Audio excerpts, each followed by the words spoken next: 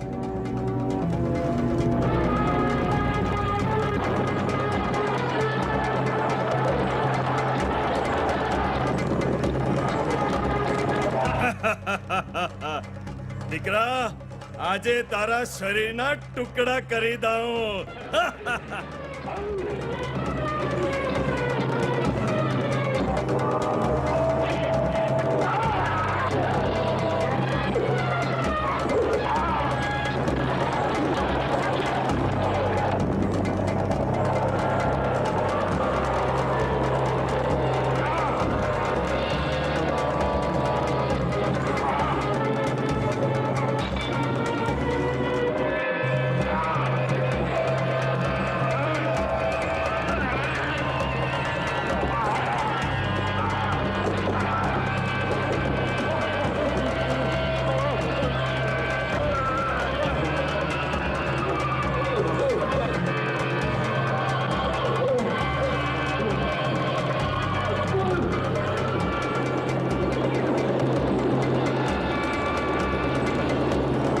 મહાબલી કાર્તિકેયની જય મહાદેવ નંદન કાર્તિકેયની જય સાંભળ્યું મહાદેવી પાર્વતી નારી શક્તિને સન્માન આપતી વખતે પુરુષને ક્યારેય નથી જોયા. શું સંતાન પર પુરુષનો જ અધિકાર હોય છે, નારીનો નહીં? પુરુષ અને પ્રકૃતિ બંનેનો હોય છે, છતાં પણ બધા મહાદેવ નંદન જ બોલ્યા, પાર્વતી નંદન કોઈ નહીં બોલ્યા. હું તો ત્યાં સુધી સાંભળ્યું છે કે દ્વાર પર નંદિકેશના રહેવા છતાં પણ મહાદેવજી તમારા સ્નાન કરતા સમયે આવાસમાં બેધડક ઘૂસ્યા કરે છે.